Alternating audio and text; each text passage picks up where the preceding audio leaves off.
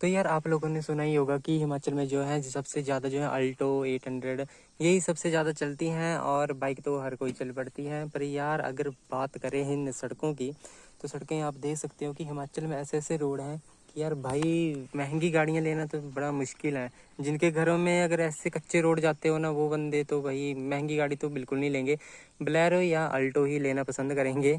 क्योंकि यार मेरी अच्छी खासी बाइक की जो हालत है देख सकते हो इन सड़कों पे बुरी हो गई है, मतलब बिल्कुल आवाज़ कर रही है काफ़ी ज़्यादा। तो यार बस यही रीज़न